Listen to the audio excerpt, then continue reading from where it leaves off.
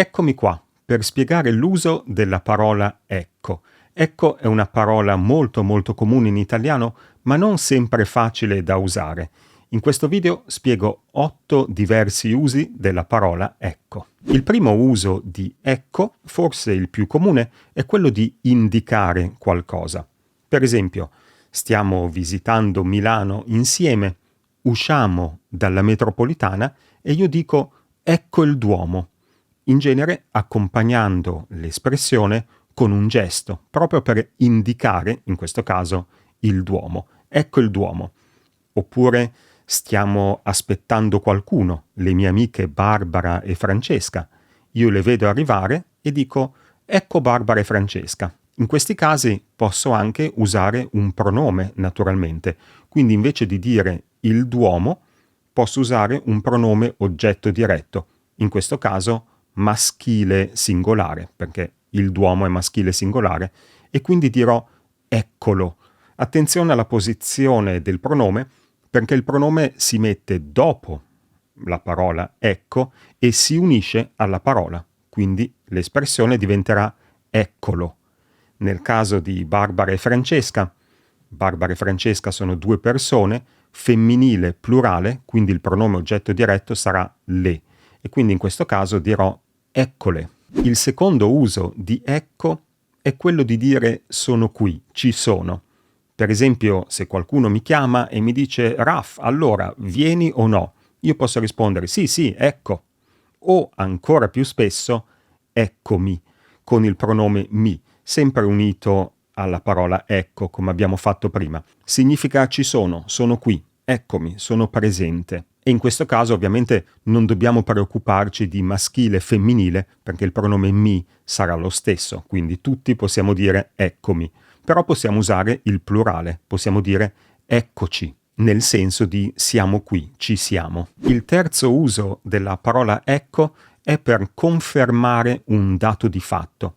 Per esempio, c'è una scena nel film Bianca di Nanni Moretti in cui gli studenti contestano il professore e gli dicono «Lei è un ignorante, ecco che cos'è». In questo caso la seconda parte della frase «ecco che cos'è» conferma la prima parte, lei è un ignorante, cioè conferma quel dato di fatto. In questo senso viene spesso usato anche in maniera un po' ironica, un po' scherzosa. Per esempio, immaginiamo una situazione in cui un mio amico non si fa sentire da settimane. Passano 2, 3, 4 settimane e io non lo sento. Poi dopo 3 o 4 settimane lo vedo e lui mi dice che ha una nuova fidanzata. Io posso rispondere, ah, ecco perché non ti sei più fatto sentire. Cioè è per quel motivo che non ti sei più fatto sentire. Ma l'uso di ecco rende la mia reazione più enfatica. Il quarto uso della parola ecco è l'espressione ecco fatto. Ora, alcuni libri di grammatica considerano questa espressione in un paragrafo che magari si intitola ecco più participio passato.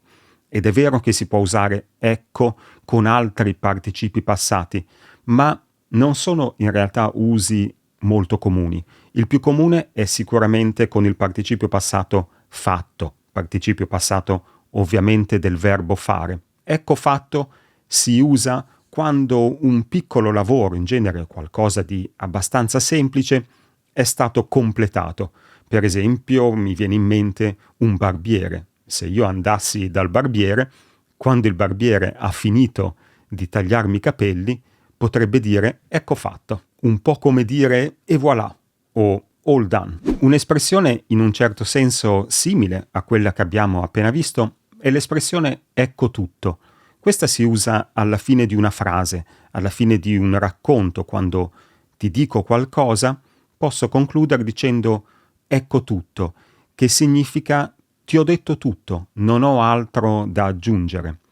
Secondo me comunica anche l'idea che quello che ti ho detto non è poi niente di speciale, magari in maniera ironica, ma quello che ti ho detto non è niente di speciale, quindi non si userebbe alla fine di una spiegazione molto complicata.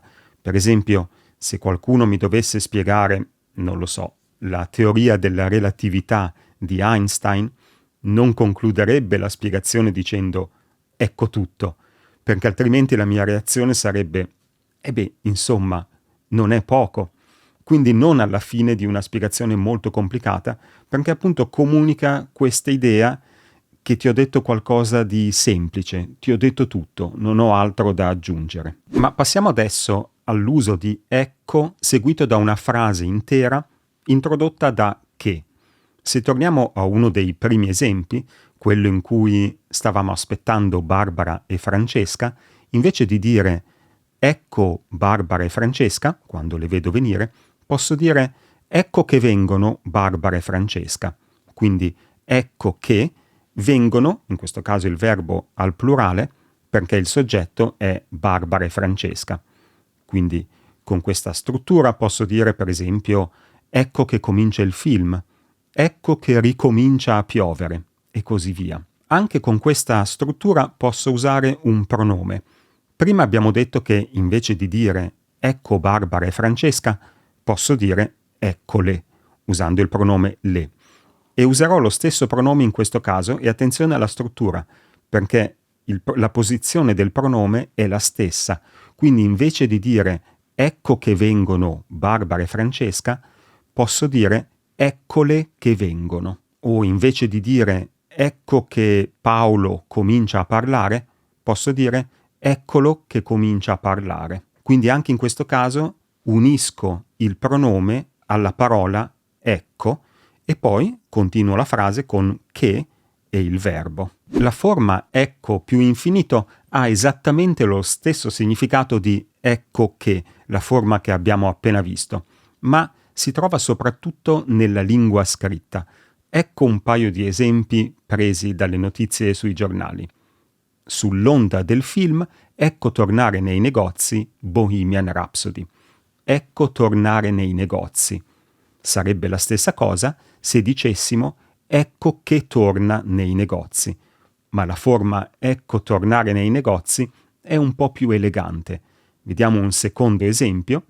Ecco ripresentarsi il problema dei topi in piazza Goldoni. Ecco ripresentarsi. L'equivalente con la forma precedente sarebbe ecco che si ripresenta il problema dei topi. Quindi ecco più infinito è una forma un po' più raffinata che troviamo soprattutto nello scritto, ma che non sentiamo molto spesso nella lingua parlata di tutti i giorni, ma una forma molto bella che raccomando sicuramente. C'è poi un uso di ecco che è simile a quello della parola infatti, cioè praticamente serve per confermare quello che dice l'altra persona, un po' come dire sì. Mi ricordo per esempio quando sentivo mia mamma che parlava al telefono con sua sorella, che poi sarebbe mia zia, e sentivo mia mamma che continuava a dire ecco, sì, ecco, infatti. In questo caso praticamente significa sì, cioè conferma quello che dice l'altra persona, al telefono in questo caso. E un altro uso, in realtà molto simile a questo, è quando diciamo ecco per prendere tempo, quando esitiamo un po', così come diciamo ma. Per esempio, se devo chiedere un favore, posso dire ecco, volevo chiederti un favore. Non aggiunge niente in questo caso alla frase, serve solo per prendere tempo, appunto quando esitiamo un po'. Ma anche questo è un uso molto comune che sentirete molto spesso. Grazie a tutti per avermi seguito, se vi è piaciuto il video lasciatemi un bel pollicione e se volete potete iscrivervi al canale. Ci vediamo nel prossimo video. Ciao!